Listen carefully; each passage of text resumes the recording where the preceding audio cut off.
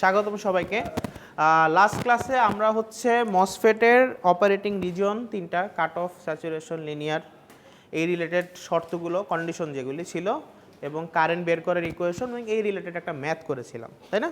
সবারই তো করা হয়েছে ম্যাথটা। আচ্ছা, সো এরপরে আমাদের যে ইম্পর্টেন্ট একটা পার্ট সেটা হচ্ছে ফ্যাব্রিকেশন। এর আগে আমরা যে জিনিসগুলি পড়েছি সেটা কিন্তু অ্যাটমিক স্ট্রাকচার অথবা হচ্ছে ওর যে নর্মাল যে প্রপার্টিস বা ক্যারেক্টারিস্টিক্সগুলি একটা এনমসের, যে কিভাবে চ্যানেল ফরমেশন হচ্ছে, কিভাবে পিঞ্চ অফ হচ্ছে, কিভাবে হচ্ছে ওই বিভিন্ন অপারেটিং রিজনগুলি কাজ করতেছে, কাট অফ, লিনিয়ার, স্যাচুরেশন বা হচ্ছে অপারেশন রিজন যেগুলি ছিল, যেটা হচ্ছে কি অ্যাকুমুলেশন, ডিপ্লেশন, ইনভার্সন, এই রিজনগুলি কীভাবে কাজ করতেছে এই জিনিস সম্পর্কে আমরা ডিটেলসে জেনেছিলাম। চ্যানেল ফরমেশন, তারপর হচ্ছে পিঞ্চ অফ, এই জিনিসগুলো। সো এইখানে যেটা হচ্ছে আজকে আমরা দেখব যে একটা এনমস আপনি কিভাবে তৈরি করবেন। এনমসকে আসলে এনমস আমি কীরকম জানি, এনমস দেখতে কেমন, এরকম একটা পি টাইপ সাবস্ট্রেট না, এটার মধ্যে কি থাকে, এন প্লাস থাকে, তাই না? আবার এইখানে কি থাকে, এটা থেকে একটা সিলিকন ডাইঅক্সাইড লেয়ার, তাই তো? এবার তার উপরে কি থাকে, একটা মেটাল লেয়ার থাকে, তাই না? মেটাল লেয়ার থাকে, এইখানে যেটা থাকে সেটাকে একটা মেটাল লেয়ার থাকে। আটা ওখানে লেখা আছে, এটা জাস্ট আঁকতেছে আর কি। এখানেও কি থাকে, একটা মেটাল লেয়ার থাকে। এখান থেকে আমার gate drain, gate source drain এরকম করে প্রত্যেকটা টার্মিনাল পয়েন্ট বের হয়, তাই না? আচ্ছা, সো মেইন আমার এই যে বড় যে জিনিসটা থাকে এটার নাম কি, পি টাইপ সাবস্ট্রেট। এখানে কে থাকে, এন প্লাস এন প্লাস। আবার চ্যানেলের যে ঠিক উপরে কে থাকে, সিলিকন ডাইঅক্সাইড লেয়ার, তাই তো?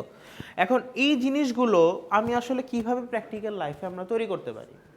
প্র্যাকটিক্যাল লাইফে কি আপনি একটা পি টাইপ নিয়ে ওটাকে গর্ত করে করে এন দিবেন, এরপর ওটার উপরে সিলিকন ডাইঅক্সাইড কিনে এনে বসাই দিবেন গ্লু দিয়ে, ওইরকম করে না।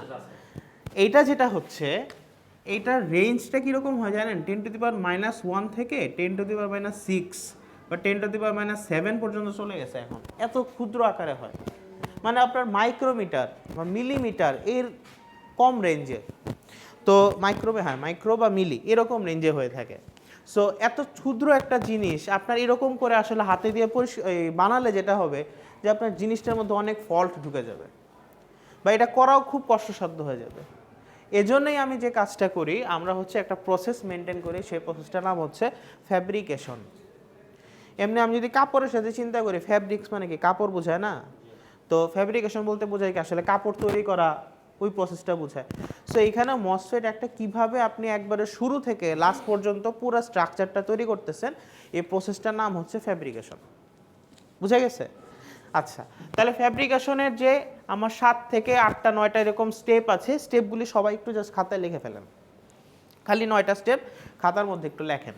প্রত্যেকটা লেখলে যেটা হবে যে মনে থাকবে, প্লাস হচ্ছে পরীক্ষায় এই কোশ্চেনই ধরেন আসবে এরকমই, যে ফ্যাব্রিকেশন প্রসেসগুলি লেখে। এটা ঘুরায় দেওয়ার কিছু নাই, মানে যাই প্রসেস এটা তো মুখস্থ প্রসেস আর কি, এটা জাস্ট লিখে মুখস্থ করে রাখবেন। এবং প্রত্যেকটা প্রসেস আমরা এখন বুঝতেছি, একটু পরে একটু ডিটেলসে যাব। আচ্ছা, সবাই 1 মিনিট টাইম নিয়ে জাস্ট 9টা পয়েন্ট খাতায় লিখে ফেলেন, যে এই 9টা পয়েন্ট যে বেসিক এনমস ফ্যাব্রিকেশন। ওকে, এনমস ফ্যাব্রিকেশনের 9টা প্রসেস। স্লাইড পাই নাই এমন কেউ আছেন এই পর্যন্ত? স্লাইড তো পাইছি সবাই।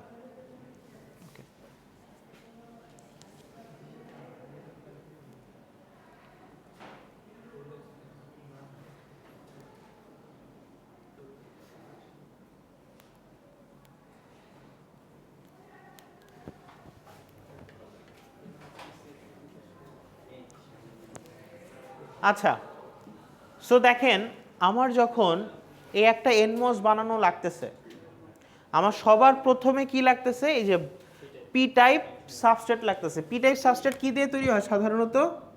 সিলিকন দিয়ে না, তাই না? তো সবার শুরুতে আমার কি লাগতেছে, সিলিকন ওয়েফার।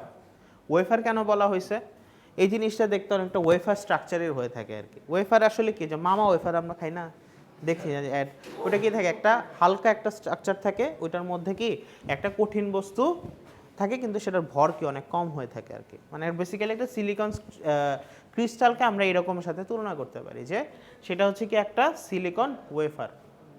তো এরপরে হচ্ছে epitaxial growth, oxidation, photolithography, diffusion, ion implantation, metallization, testing, assemble, অনেকগুলো আছে। এরপর আছে আবার ভেরিফিকেশন আছে, এরপর ট্রায়াল অ্যান্ড টেস্টিং আছে, এরপরে হচ্ছে ফাইনাল প্যাকেজিং। প্যাকেজিং না তো কী বলে ওটাকে, বাজারজাতকরণ আর কি যেটা।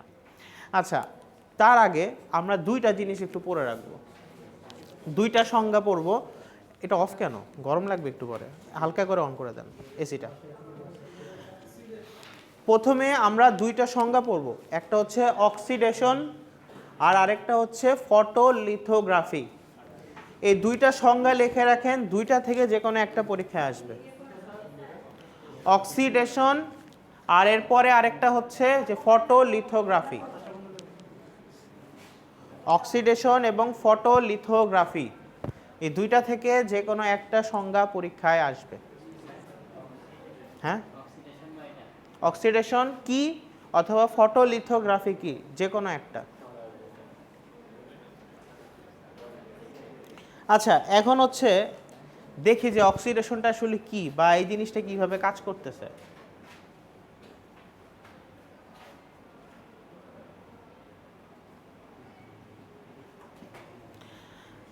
ওকে, আমি প্রসেসটা শুরু করি। এখন হচ্ছে আমরা বেসিক্যালি একটা এনমস মানে এন চ্যানেল মসফেট আমরা এখন একটা তৈরি করব। কিভাবে তৈরি করব? প্রথম কাজ কি জানেন? প্রথম কাজ হচ্ছে আমার একটা সাবস্ট্রেট নেওয়া। সেটা কি সাবস্ট্রেট? সিলিকন সাবস্ট্রেট, এবং সেটা কি হবে? পি টাইপ একটা সেমিকন্ডাক্টর হবে। ঠিক আছে, তাহলে প্রথম কাজ করলাম। পরের কাজ কি? আমি এটা তো আর এরকম করে উপরে সিলিকন লেয়ার টেয়ার তৈরি করার পরে আমি তো N+ ঢুকাইতে পারবো না। সো এইটার করার একটু কাহিনী আছে। সেটা কি? শুরুতে পুরাটুকে আগে হচ্ছে সিলিকন ডাইঅক্সাইডের একটা লেয়ার আমি দিয়ে দিব। এটার কারণ হচ্ছে সিলিকন ডাইঅক্সাইডের লেয়ারটা একটু শক্ত হয়। সো এটা যদি পরবর্তীতে দেওয়া হয়, সো পরবর্তীতে দেওয়ার জন্য এই স্ট্রাকচারে অনেক প্রভাব পড়বে। এই প্রত্যেকটা প্রসেস হচ্ছে কি অনেকবার ট্রায়াল অ্যান্ড এরর করার পরে এই জিনিসগুলি দাঁড়াইছে যে আসলে ফ্যাব্রিকেশনগুলি এরকম করে হয়। এরকম ধরনের অনেকবার প্রসেস অন্যগুলির প্রসেসে অনেকবার ইউজ করা হয়েছে, দেখা গেছে যে প্রোডাক্টের ভ্যারিয়েশন হয় বা হচ্ছে কোয়ালিটি ডিগ্রেডেশন হয়, এই যে অনেকগুলো সমস্যা দেখা গেছে। ধীরে ধীরে ধীরে ধীরে ট্রায়াল অ্যান্ড এরর করতে করতে করতে করতে আমার এই প্রসেসগুলি দাঁড়াইছে যে এই প্যাটার্নে করলে আসলে ডিভাইসের জন্য ভালো। আচ্ছা, তো শুরুতে কি করলাম? পি টাইপ সাবস্ট্রেট প্রিপারেশন করলাম। সেকেন্ডে কি করব? আমি অক্সিডেশন করব। এখন অক্সিডেশন কীরকম হয়? এই যে সিলিকন যে আমার যে সেমিকন্ডাক্টর আছে এটার উপর দিয়ে যদি আমি গরম বাতাস চালনা করি, অক্সিজেন দিস তার মধ্যে, তো আমি যদি এটার মধ্য দিয়ে অক্সিজেন চালনা করি এবং সেটা অত্যন্ত হাই টেম্পারেচার একটা কন্ডিশনে থাকে, তখন কি হবে? সিলিকন আর অক্সিজেন মিলে কি উপরে তৈরি করবে? Silicon dioxide. এই যে অক্সাইড যে একটা সারফেসের সাথে মিলে একটা মেটাল বা একটা ধাতব অক্সাইড বা হচ্ছে একটা সাবস্ট্রেট অক্সাইড করতেছে, এটার নাম হচ্ছে, এই প্রসেসটার নাম হচ্ছে অক্সিডেশন। তাহলে অক্সিডেশনকে কি বলা হচ্ছে? সংজ্ঞাটা গেল কই? তাহলে অক্সিডেশন, আচ্ছা সংজ্ঞাটা বলা হচ্ছে formation of silicon dioxide layer on the surface is called oxidation. এক লাইন, প্রথম লাইনটা লিখলে হবে, পরেরগুলি বিস্তারিত বোঝার জন্য দিছি। পরীক্ষা যদি আসে এত বড় কোশ্চেন দেওয়ার সামর্থ্য আমার নাই যে 20-25 মার্কের কোশ্চেন দেওয়া লাগবে যদি এত ফুল সব বর্ণনা দেই। সো পরীক্ষা যদি আসে সামান্য বিবরণ সাথে গ্রাফিক্স, এই গ্রাফিক্যাল বিবরণগুলি থাকবে, এত ডিটেলসে আসবে না। আসলে যদি আসে 2-1টা সংজ্ঞা বা প্রসেস, ওগুলি হয়তো বা আমি 2-4 মার্কে টিকার মতন চাইতে পারি আর কি। এটাই তো অক্সিডেশন আর ফটোলিথোগ্রাফি দুইটা সংজ্ঞা বলেছি, খুবই ইম্পর্টেন্ট। তার মধ্যে এটা হচ্ছে অক্সিডেশন। অক্সিডেশন বলতে কি বোঝাচ্ছে? Formation of silicon dioxide layer, silicon dioxide layer on the silicon substrate is called oxidation. Clear? আচ্ছা, তাহলে অক্সিডেশন বেসিক্যালি দুই প্রকার হয়, একটা হচ্ছে ড্রাই টাইপ আর একটা হচ্ছে ওয়েট টাইপ। যখন হচ্ছে শুধু অক্সিজেন চালনা করবেন সেটা হবে ড্রাই টাইপ অক্সিডেশন, আর যখন জলীয় বাষ্প চালনা করবেন, উত্তপ্ত জলীয় বাষ্প, তখন হচ্ছে ওয়েট অক্সিডেশন হবে। ওকে, এই যে silicon plus oxygen, silicon dioxide ও সিলিকন প্লাস জলীয় বাষ্প, সেটা মিলে হয়ে যাবে কি ওয়েট অক্সিডেশন। ওকে, আচ্ছা এরপর হচ্ছে ফটোলিথোগ্রাফি। এখন একটু সবাই খেয়াল করি, আমি ফার্স্টে সিলিকন সাবস্ট্রেট নিলাম, এরপর সিলিকন ডাইঅক্সাইডের একটা লেয়ার এটার উপরে তৈরি করলাম। এখন আমার কাজ কি, এইখানে দেখেন আমার কি পুরো জায়গাটাতে সিলিকন ডাইঅক্সাইড লেয়ারটা দরকার আছে? মানে আমি তো উপরে সিলিকন ডাইঅক্সাইড তৈরি করলাম এই সাবস্ট্রেটটার উপরে, কিন্তু এই সাবস্ট্রেটটার উপরে কি সিলিকন ডাইঅক্সাইড সব জায়গায় দরকার আছে সমানভাবে এত মোটা থিক লেয়ার করে? তাহলে আমার কোনো জায়গায় কি কেটে ফেলতে হবে না? এখন কাটবো কি দিয়ে? করাত দিয়ে? এটা তো অনেক ক্ষুদ্র একটা জিনিস, আর সিলিকন ডাইঅক্সাইড লেয়ারটা কি অনেক শক্ত থাকে, সো আমার ক্র্যাক হওয়ার সম্ভাবনা থেকে যায়। সো আমার অন্যতম আর একটা প্রসেস ইউজ করা লাগে, সেটাকে বলা হচ্ছে ফটোলিথোগ্রাফি। এখন ফটোলিথোগ্রাফি কি? ফটোলিথোগ্রাফি মানে শুরুতে এই জিনিসটার উপরে ফটো রেজিস্ট বলে একটা জিনিস আছে, ফটো রেসিস্ট, যেটা হচ্ছে আলোকে আটকায় দেয়, এরকম একটা পদার্থ আমি নিব, সেটার নাম বলা হচ্ছে ফটো রেজিস্ট। তাহলে কোট ওয়েফার, কোট মানে ওটার উপরে আবরণ তৈরি করে দেওয়া, coat wafer with photoresist. তাহলে ওয়েফারটার উপরে ফটো রেজিস্টের একটা কাভার তৈরি করে ফেললাম, ঠিক আছে। পরবর্তীতে কি করব? মাস্কিং। মাস্ক মানে কি? ওই যে ব্যাটম্যান মাস্ক পরে ওর চোখ বের হয়ে থাকে না, তাই না? মাস্ক মানে হচ্ছে আমার একটা অংশ আবৃত করে দেওয়া, কোনো একটা স্পেসিফিক যে অংশ আমার প্রয়োজনীয় ওই অংশগুলি ফাঁকা করে দেওয়া, যাতে কোনো একটা কিছু পাস হইতে পারে। তো এখানে হচ্ছে মাস্কিং কেন করা হচ্ছে, আমি এইখানে ধরেন একটা মাস্কিংয়ের জন্য একটা প্রসেস নিলাম, যেখানে হচ্ছে কোনো জায়গায় ফাঁকা আছে। তো এইটার উপরে যখন আমি ইউভি লাইট ফেলবো, এই প্রসেসে UV light, ultraviolet light উপর থেকে ফেলা হয়। যখন এইটার উপরে আলট্রা ভায়োলেট লাইট ফেলবো, আমি এখান থেকে দেখাই, এটা ধরেন আমার মাস্ক ছিল, ওই মাস্কে এই জায়গায় ফাঁকা, বাকি জায়গাগুলো তো ভরাট, মানে ইউভি লাইট ওর মধ্যে দিয়ে ঢুকতে পারবে না, আর ফাঁকা জায়গাগুলি দিয়ে কি ইউভি লাইট ঢুকতে পারবে। বুঝতে পারতেছি সবাই যারা পিছনে আছে? আচ্ছা, তো ইউভি লাইট যখন ঢুকবে, এই যেগুলি আটকা পড়েছে ওইখানে তো ইউভি লাইটের কোনো প্রভাব থাকবে না, কিন্তু যেদিক থেকে ইউভি লাইট চলে যাচ্ছে ওই ইউভি লাইটগুলো কি করবে, এই ফটো রেজিস্ট আর সিলিকন ডাইঅক্সাইডের সাথে মিলে সে একটা দ্রবণ তৈরি করে ফেলবে, মানে জিনিসটা হচ্ছে কি গলে যাবে বেসিক্যালি। তখন এই প্রসেসটা, পুরো প্রসেসটাই হচ্ছে কি আমার ফটোলিথোগ্রাফি। এতটুকু ক্লিয়ার? তাহলে শুরুতে কি হচ্ছে, coat wafer with photoresist coating, এরপর একটা হচ্ছে শাইন ইউভি লাইট বা ইনসিডেন্ট ইউভি লাইট, মানে আলো ফেলা through mask to selectively expose photoresist, এবং লাস্টে কি হচ্ছে, এইখানে কি একটা ভাঙাভাঙির পরে এটা কি একটা ময়লা আকারে এখানে রয়ে গেছে না, ওই জিনিসগুলিকে তো আমার ওয়াশ করতে হবে। ওয়াশ তো পানি দিয়ে করা যাবে না, তো ওয়াশ করতে হবে আমাকে একটা অ্যাসিড দিয়ে, use acid to dissolve exposed layer. তাহলে ফটোলিথোগ্রাফি যদি কি এটা চায়, তাহলে ফটোলিথোগ্রাফিতে বলতে হবে আমার ফার্স্টে কোটিং করা হচ্ছে, then UV light, then with the help of UV light masking is done, and finally using acid to dissolve the photoresist. The whole process is known as photolithography. তাহলে ফটোলিথোগ্রাফিতে আমার তিনটা কাজ করা লাগতেছে। কি কি? প্রথমে ফটোরেজিস্ট ম্যাটেরিয়াল দিয়ে আমার ওয়েফারটা কোট করা লাগতেছে। কোট মানে কি? আবরণ তৈরি করা। কোট আমরা যে গায়ে দিই না, আবরণ তৈরি করা একটা। এরপরের কাজ কি? ওই কোটিংয়ের উপরে আমি ইউভি লাইট ফেলবো, এবং লাস্টে যখন সব গলে যাবে তো তখন আমি কাজ করতেছি কি, ওইখানে অ্যাসিড দিয়ে জিনিসটাকে ডিজলভ করে পরিষ্কার করে ফেলতেছি। ক্লিয়ার? তাহলে ফটোলিথোগ্রাফি এবং অক্সিডেশন, এই দুইটা প্রক্রিয়াকে আমরা বুঝতে পারছি। এই দুইটার মধ্যে যে কোনো একটা পরীক্ষার জন্য খুবই ইম্পর্টেন্ট। আচ্ছা, তাহলে এটা গেল, অক্সিডেশন গেল, ফটোলিথোগ্রাফি গেল। আচ্ছা, এখন আমরা আসি অ্যাকচুয়াল প্রসেসটায়।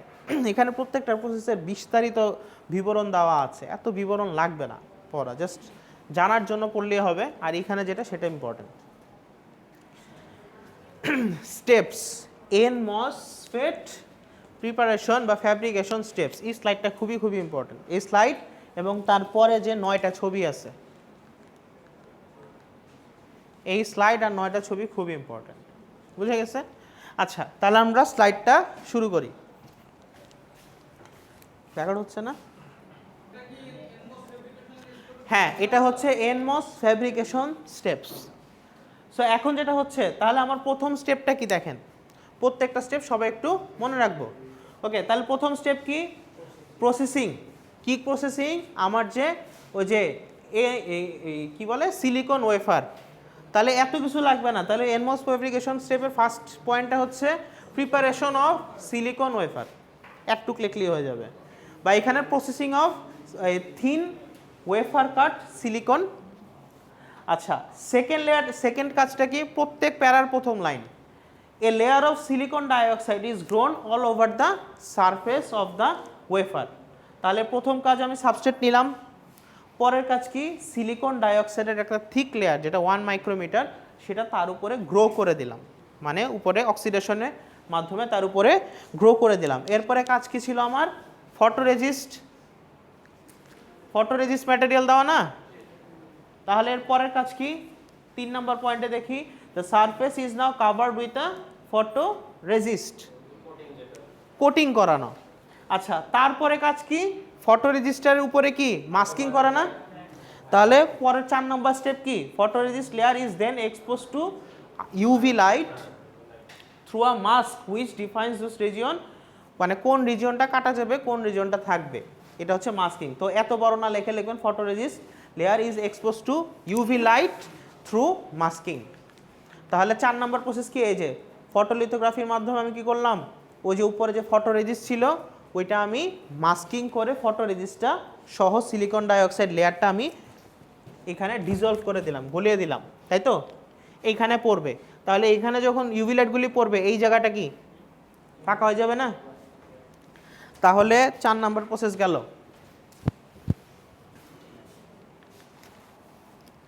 আচ্ছা, এরপর হচ্ছে 5 নাম্বার। 5 নাম্বার প্রসেসে কি বলা হচ্ছে? এত স্লো কম্পিউটারটা।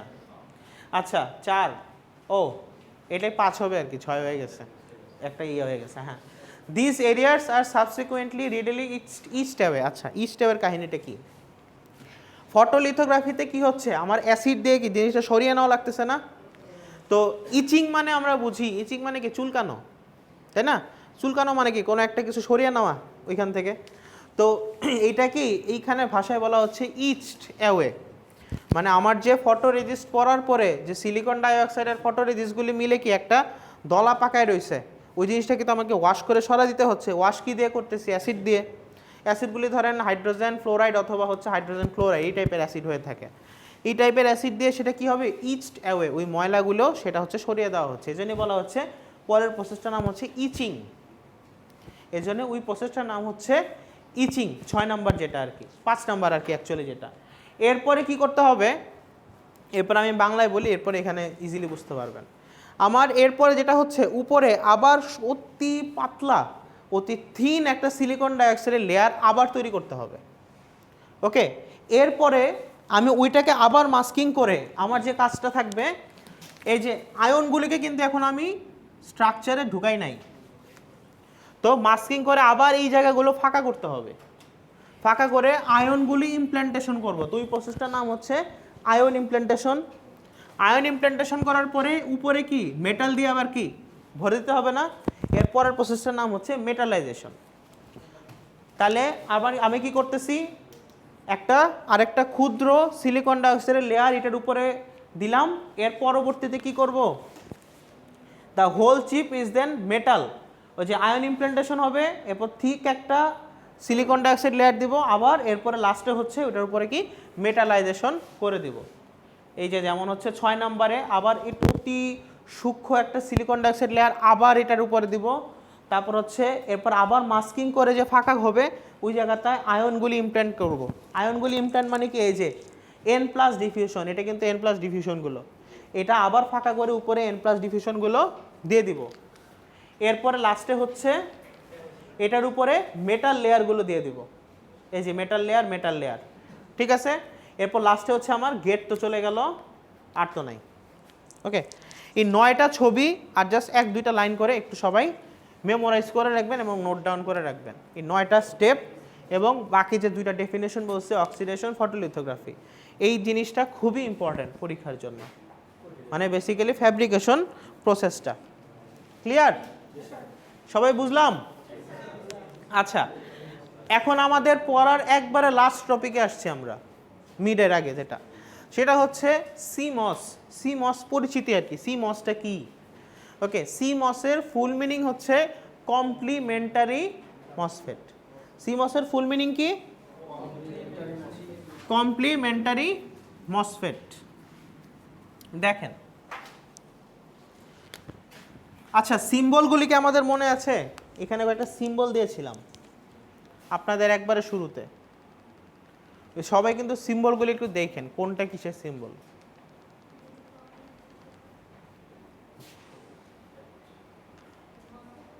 আচ্ছা, এটা অনেক আগের স্লাইডে না?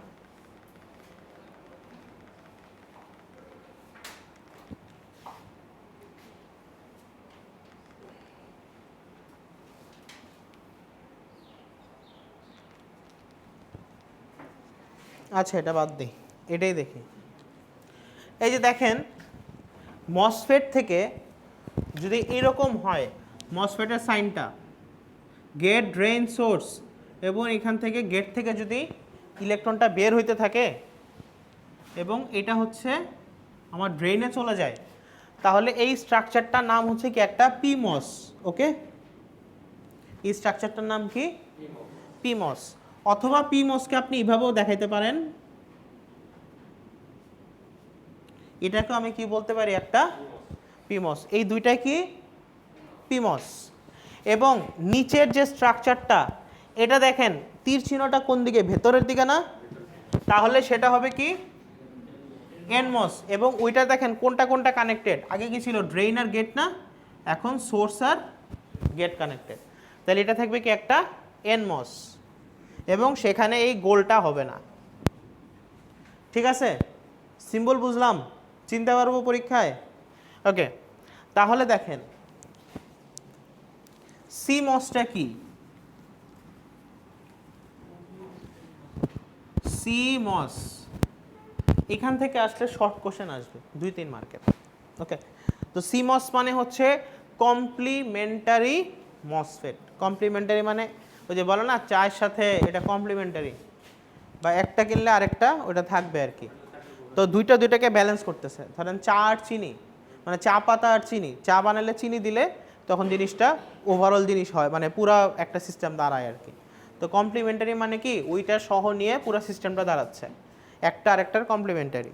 তো এখানে কমপ্লিমেন্টারি মসফেটের কাজও সেম ওই রকমই, মানে এটা হচ্ছে যখন আমরা মিডের পরে বিস্তারিত সিমসের ডিজাইন পড়বো, এরপর আচ্ছা 13 ব্যাচের কি ডিজিটাল ডিজাইন হচ্ছে, লজিক ডিজাইন বা ডিজিটাল ইলেকট্রনিক্স কি হচ্ছে? ওই তো ওইখানে যে গেট পড়তেছেন না সবাই, 12 ব্যাচে তো পড়তেছেন, ওই গেটের অ্যাকচুয়াল যে কাজগুলি হচ্ছে সেগুলি আমরা সিমসে ডিজাইন করতে পারবো, ওগুলি হচ্ছে মিডের পরে আমরা দেখব। তার আগে জাস্ট মিডের আগে সিমসটা জেনে রাখি এটা কি আসলে। তাহলে সিমসটা কি? Complementary MOSFET. তাহলে এখানে কি থাকতেছে? একটা পিমস থাকতেছে, এখানে থাকতেছে একটা পিমস, এবং এখানে থাকতেছে একটা এনমস। সো এটার প্রসেসটা এইটার, এবং আরেকটা জিনিস, দুইটার গেট কি একসাথে কানেক্টেড থাকতেছে। ওকে, এবং দুইটার আউটপুটও কি একসাথে কানেক্টেড থাকতেছে। সো এটা হচ্ছে কি একটা সিমস। পরীক্ষায় যদি সিমসের স্ট্রাকচার আঁকা আসে বা সিমসের ডেসক্রিপশন লেখেন, অবশ্যই কিন্তু এই স্ট্রাকচারটা আঁকতে হবে, মানে সিম্বলটা আঁকতে হবে। বুঝা গেছে? তাহলে সিমস হচ্ছে কি কমপ্লিমেন্টারি মসফেট, এবং সেটা কি একটা পিমস আর একটা এনমস দিয়ে গঠিত। সো এটা লাভ কি? এটা সবচেয়ে মেইন অ্যাডভান্টেজ হচ্ছে এটা হচ্ছে লো পাওয়ার কনজাম্পশন করে থাকে। সিমসের মেইন অ্যাডভান্টেজ কি? লো পাওয়ার কনজাম্পশন। ক্লিয়ার? এই লো পাওয়ার কনজাম্পশন কিভাবে হচ্ছে, এই জিনিসগুলো আমরা হচ্ছে পরবর্তীতে মিডের পরে আরও যখন বিস্তারিত সিমস নিয়ে বলবো তখন আমরা জানতে পারবো। জাস্ট এখন জেনে রাখেন যে এটা হচ্ছে বড় একটা advantage, low power consumption. History of seems এখানে দেওয়া আছে, যার ইচ্ছে রিডিং করে নেবেন। কিন্তু আমাদের যেটা জানা লাগবে সেটা হচ্ছে ক্যারেক্টারিস্টিক্স অফ সিমস, সিমসের বৈশিষ্ট্য। সিমসের কয়েকটা বৈশিষ্ট্য, যদি বৈশিষ্ট্য আসে 2-3টা হয়তো বা বৈশিষ্ট্য চাওয়া হতে পারে, জাস্ট 2-3টা লিখে দেবেন বা মার্ক বুঝে লিখে দিবেন। 2 মার্ক থাকলে 2টা বা 3টা লিখলেই হবে। সো এটার প্রথম কি লোয়ার পাওয়ার ডিসিপেশন, লো পাওয়ার কনজাম্পশন করে। এরপর হচ্ছে হায়ার নয়েজ মার্জিন, তারপর হচ্ছে হায়ার প্যাকিং ডেনসিটি। আর যদি আরও ইয়াতে হাই ডিলে লোড সেন্সিটিভিটি, তারপর নেয়ার আইডিয়াল সুইচিং ডিভাইস, লো গেইন, যে কোনো 2-3টা পার্থক্য জাস্ট বলে দিলে হবে, যে রিডিং করে নেবেন আর কি এগুলো। আচ্ছা, এরপর হচ্ছে অ্যাপ্লিকেশন অফ সিমস, এটা এত কিছু লাগবে না, জাস্ট হচ্ছে সিমসের ক্যারেক্টারিস্টিক্সগুলো মনে রাখবেন, আর সিমসটা আসলে কি এই জিনিসগুলো জানা লাগবে। এটা হচ্ছে আমাদের ওভারঅল মিড সিলেবাস। ওকে।